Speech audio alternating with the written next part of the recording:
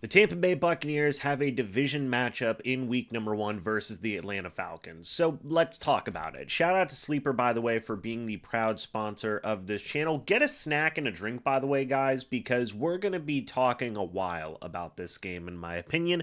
I really want to dive deeper into these preview videos and give you guys as much information as possible. Let's go ahead and start off with the Tampa Bay Buccaneers, who have a lot of storylines going on both offensively and defensively. But let's go ahead and start off with the offensive side of things first. Starting off with arguably the most important thing, first year offensive coordinator Josh Grizzard. This is his first NFL regular season game calling plays. I am very curious to see how Josh is going to do in this matchup, especially with some of the offensive concerns he may have with injuries and things along those lines. I'm going to be very intrigued to see how Grizzard dials up a lot of different things, how his scheme is going to look, how his play calling is going to look. This is his first real test, and he's going up against a very defensive-minded head coach in Raheem Morris with the Atlanta Falcons, who has been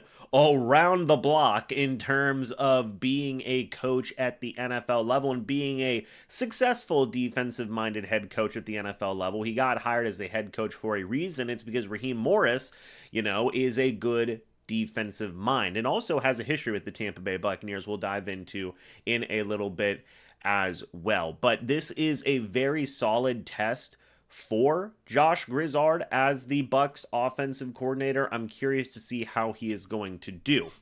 Whenever we take a look at the offensive side of the roster, there's a lot of different things that are going on there as well in regards to injuries. But before we dive into that, guys, I do want to give a quick shout out to the sponsor of this channel. It is Sleeper. What is Sleeper, guys? Well, Sleeper is an app that really likes to bring people together. Here's a little secret. It's more than just a platform for season-long fantasy leagues. This year, millions of users enjoyed playing fantasy sports on Sleeper, but the app offers so much more. Live stats, news feed, real-time chat. Download the #1 sports app today and experience it all for yourself. Also, guys, when you use the code MrBucs, you get a 100% deposit match up to $100. Thank you so much to Sleeper for being the proud sponsor of this channel. Now, whenever we take a look at the overall depth chart of the Buccaneers on the offensive side of things, the biggest concern is injuries. Let's start off with the wide receiver room. So Mike Evans is your #1. That's another big storyline as well, by the way. Mike Evans is going to be continuing or trying to continue that streak of 1,000 yards in a season. If he does, I think he holds the record for most consecutive seasons, right? I believe he beat Jerry Rice's record now. He holds that record, but of course he wants to build on that record, keep the streak alive, right? So that's always going to be a conversation on a week-to-week basis. But Evans is your #1. We know that. After that, there is some injury concerns there. Chris Godwin, he's out. He is not going to be playing. He is still recovering from his ankle injury that he had sustained last season. That is something that we all expected, all knew that was going to happen, that Godwin was very likely not going to be ready this upcoming season to begin the year, so that was expected. But then also, you have Jalen McMillan ending up on the IR due to a pass that was thrown by Teddy Bridgewater. He has suffered a severely sprained neck. He was in a neck brace after the preseason game. I believe it was against the Pittsburgh Steelers. So he is on the IR. He is not going to return till the middle of the season as well, possibly after their week 9 bye week. So who is left in that wide receiver room? Well, you've got Emeka Egbuka. That's the first big one, right? The #19 overall pick in the most recent NFL draft. Emeka Egbuka is a guy who is going to have to step up in this situation. And it is good that he was the #19 overall pick. He was that for a reason. It's because he's very freaking good at football. It's not like the Bucs are all the way down to a 7th round pick as their #2 or an undrafted guy as their #2. Not a situation that they were in last year, right? This year, they were more prepared at depth in terms of that wide receiver room with Emeka Egbuka. I know a lot of people are very excited to see the rookie debut, the former Buckeye, and he has a great opportunity here to get a lot of opportunities to make a lot of plays. You then have veteran wide receiver Sterling Shepard in there as well, a guy who's been with the Bucs for a little while now and has been a fine, reliable hand when you need him to be there, and the Bucs now need him to be there. So he is going to step up in that situation as well. Ryan Miller is another guy who is going to possibly step up as a fourth wide receiver in this situation. Also, possibly pay attention to Tez Johnson as well. 7th round draft pick out of Oregon in the most recent NFL draft. Didn't really get going until the final preseason game for the Bucs, but he showcased a lot of good ability. So I feel like the Bucs have a lot of solid, dependable depth right now at wide receiver, with behind guys Mike Evans and Emeka Egbuka, Sterling Shepard, Ryan Miller, Tez Johnson, and Cameron Johnson is in there as well, but he struggled in the preseason, so I am curious to see how he is used going forward with the injuries to that wide receiver room.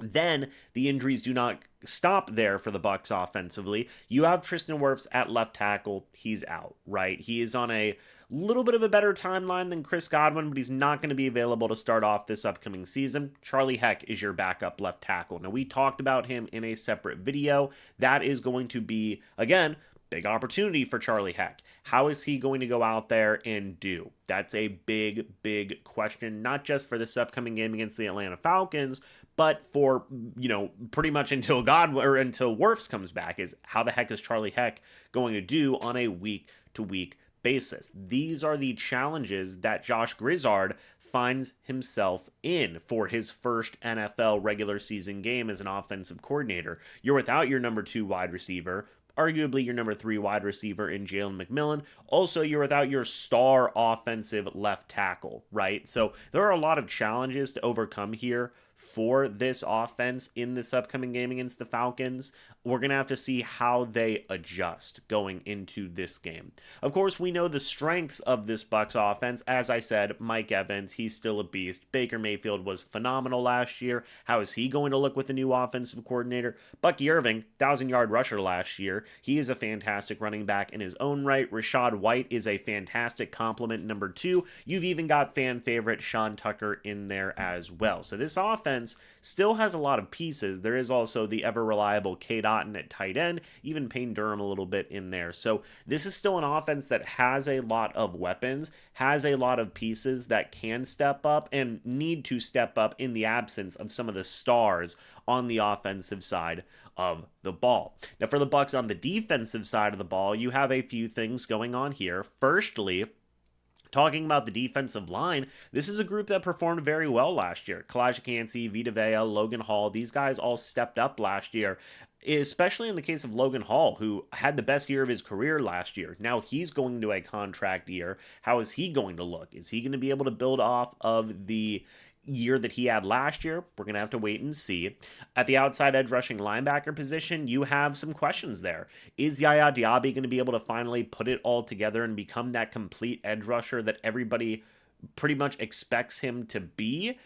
That's where you're going to get a first great test here against the Atlanta Falcons, and they have some stars of their own out that the Buccaneers can capitalize and take advantage of. I mentioned it, but right tackle Caleb McGarry is going to be out. Are they going to really send Yaya Diaby on Michael Penix's weak side and get after him? Who knows? We're going to have to wait and see on that. Hassan Reddick was the big addition to the defensive side of the ball for the Bucs this past offseason. He is on a quest of redemption, I feel like is the best way to put it, to prove that, hey, last year with the New York Jets, that was a fluke. That was a bad situation. I am still one of the top edge rushers in the league. I'm still a double-digit sack artist. That is what Hassan Reddick is trying to prove this upcoming season to finish his career strong in the NFL. And he still has a couple of years under his belt, but he's also trying to get one more big payday, right? It's just the nature of the situation. And Hassan Reddick is, again, going to have a very unique opportunity here to get after it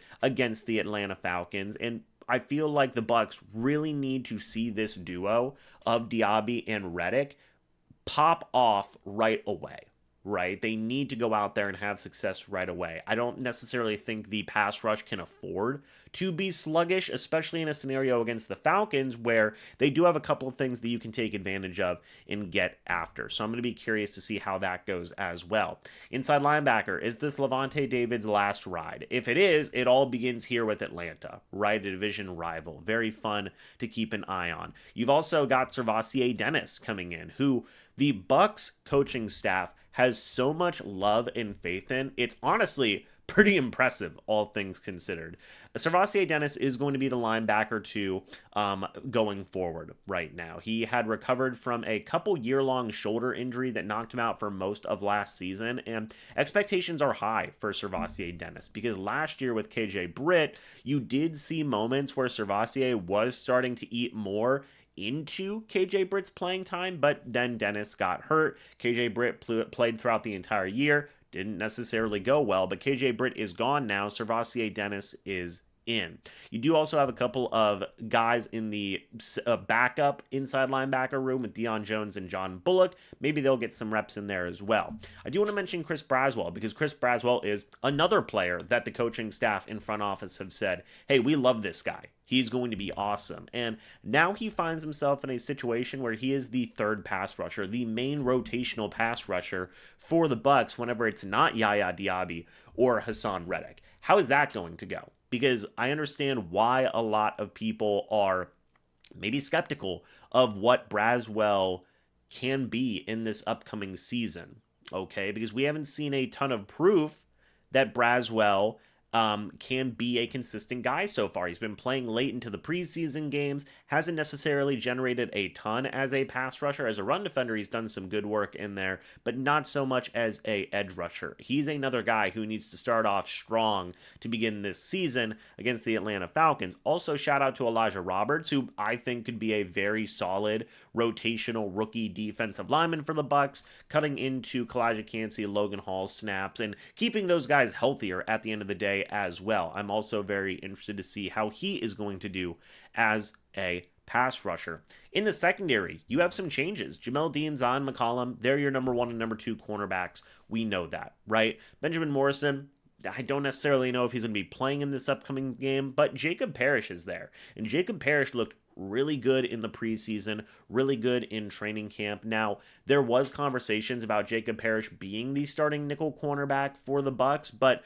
in this first game, Todd Bowles said that it was either going to be Zion McCollum or Tyke Smith. Now, we don't know if that's just a matchup based decision, right? Which means, hey, the starting nickel cornerback could change every week with that logic. I don't know. But that does possibly mean that Jacob Parrish will be rotating in at outside cornerback. If that is the case, I'm intrigued to see how the third-round draft pick is going to do because Parrish looked very, very solid throughout preseason, throughout the training camp, and was able to do some really, really good things. I am also worried about the depth at cornerback in this game. However, though, with Benjamin Morrison, as I said, recovering from his injuries, you also have Josh Hayes recovering from some ailments as well. So Kindle Vidor is your main backup cornerback besides Jamel Dean, Zion McCollum, and Jacob Parrish. You do also have Bryce Hall on the practice squad, could possibly elevate him as a game time decision as well. In the secondary, Antoine Winfield Jr. is back, hopefully at full strength. How is he going to do at the start of this season? Is he going to start off very electric, very hot in getting after it and showcasing why he has that big contract from the Buccaneers and that he is one of the best, if not the best safeties in the NFL? That is a big, big question that the Buccaneers need to have success on. You then got Tyke Smith, who went from being the nickel cornerback last year. He has now made the full-time transition to safety. Everybody loves Tyke Smith and what he can do. He's fantastic at nickel cornerback last year, but how is he going to hold up as a full-time safety against an Atlanta Falcons passing attack that does have some players? Interesting question there. Also, finally, Christian Izien brings up the rear, but he is dealing with some injuries. So are you going to see more of Kayvon Merriweather and Rashad Wisdom, two safeties who made this Bucs roster? I'm curious to see how that is going to look as well. Finally, guys, you have some interesting options in terms of special teams. New punter is here, Riley Dixon, and Todd Bowles has been very excited about having Riley Dixon at punter. I'm curious to see how he does and if that weakness from last year can be turned into a strength. Let's go ahead and talk about the Atlanta Falcons, because the Atlanta Falcons have a lot of things going on with their roster. Also, real quick, by the way, the Bucs, we know the success that they've had as an organization in recent memory. Won a Super Bowl in 2020, have been winning the division ever since then. They have not lost the division title since their Super Bowl win. So 4 straight years of winning the division. Can we continue to see that going forward? I'm intrigued about it, and we're going to have to see if history continues to repeat itself. On the flip side, you've got the Atlanta Falcons, who have not had a winning record since 2017, guys. That's a very bold, statistic right there, which is, hey, haven't had a winning record since 2017. That's very interesting, right? They have former Buccaneers head coach Raheem Morris. You guys remember Raheem Morris. He was the Buccaneers head coach from 2009 to 2011. He had a 17-31 record with the Bucs. He was also the interim coach for Atlanta in 2020. He was 4-7 that year. Then in his first year as the head coach of the Falcons, he went 8-9. So he is a guy that's been all around the, map in terms of records and things along those lines as a head coach. He has had one winning season as a head coach in this league. It was 10-6 with the Bucs back in 2010. He was 34 years old when that happened. But this is a Falcons team that a lot of Falcons fans are excited about, but I still believe have a lot of things to prove. Okay, it's just the fact of the matter, in my opinion. At quarterback, you've got Michael Penix, the former number 8 overall pick in the most recent in the 2024 NFL draft that shocked everybody, because the Falcons had given Kirk Cousins a 4-year, $160 million deal. They benched Kirk Cousins after 14 games. He had 18 touchdowns, 16 interceptions last year. Michael Penix came out there, started 3 games, a 1-2 record, 3 touchdowns, 3 interceptions, but now he has been touted as the dude for the Falcons. Is that going to be the case? I don't know. We're going to have to wait and see.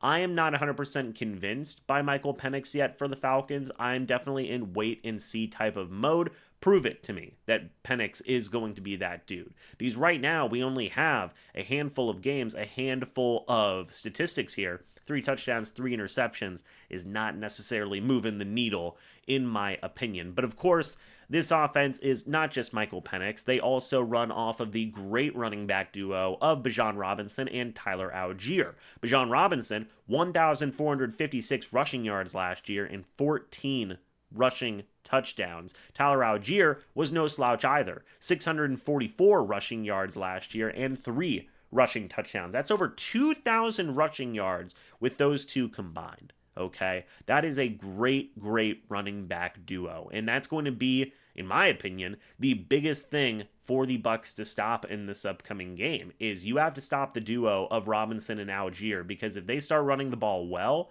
Michael Penix is going to get comfortable. Michael Penix is going to be able to make some plays in play action and whatnot, and you really are going to see the Falcons begin to grind down and take control of this game if Robinson and Algier are going to be able to get going. In the receiving room, you have Drake London as the main guy. He was a 1,000-yard receiver last year, a 100-catch wide receiver last year as well, had 9 receiving touchdowns, is a very solid wide receiver in his own right. You had Darnell Mooney as their wide receiver too, 992 receiving yards, 64 receptions, 5 receiving touchdowns. You also had Ray McCloud in there as their wide receiver 3 with 686 receiving yards in there also. This seems to be a very balanced Falcons offense in terms of playmakers being able to make the most of their opportunities and really just be able to have a lot of playmakers that can do a lot of different things. Okay, that is something that the Falcons have been able to do pretty darn well. You've also got Kadarius Dodge, who kind of broke the Buccaneers' heart last year in an overtime loss to the Falcons, where Kadarius Dodge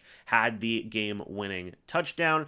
You've also got Kyle Pitts Sr., who, everybody's kind of waiting, like, when is it going to be Kyle Pitts' year? He did have 602 receiving yards last year and 4 receiving touchdowns. Not bad, but obviously not towards the expectations of what everybody has for Kyle Pitts. A big question mark, though, for this offense, despite all the guys that I just named, everybody, is their offensive line. You have the big question mark of Caleb McGarry being out at right tackle. Not only that, but backup right tackle Storm Norton is also out. Caleb McGarry's out for the season. That's something that's going to affect not just this matchup in week number 1, but in the future whenever the Buccaneers take on the Falcons later on in the season. That Caleb McGarry injury is a big deal for the Falcons' year.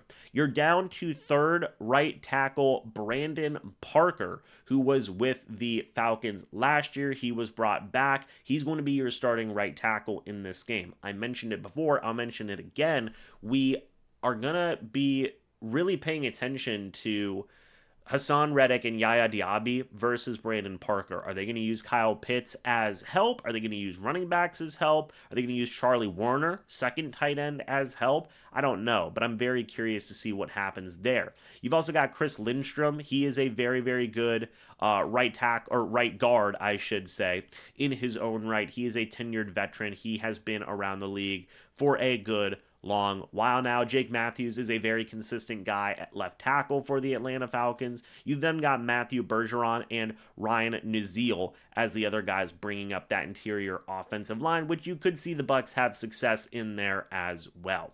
On the defensive side of things for Atlanta, they've added a lot of pieces. Leonard Floyd was brought in. James Pierce Jr., first-round draft pick. The Falcons traded up a massive haul to go up there and get James Pierce Jr. They also drafted Jalen Walker as well. So you've got 2 first-round edge rushers in this Falcons attack who were looking to bring in more defensive firepower from what they had this past season. You still have sack leader from last year with the Falcons, a part of it, Arnold Ebiketie, who is still there. Matthew Judon, he's gone. So you do have your lead sack artist from last year, as well as Leonard Floyd being brought in, as well as 2 first-round draft picks. The Atlanta Falcons have spent a lot of time investing in their edge rushers. There's no secret about that. They also have David Onyemata on their team now. Ruke Orohoro is there as well for their defensive interior, which you could possibly see the Buccaneers run more up the middle in this upcoming game based on a little bit of the flimsiness of their interior defensive line.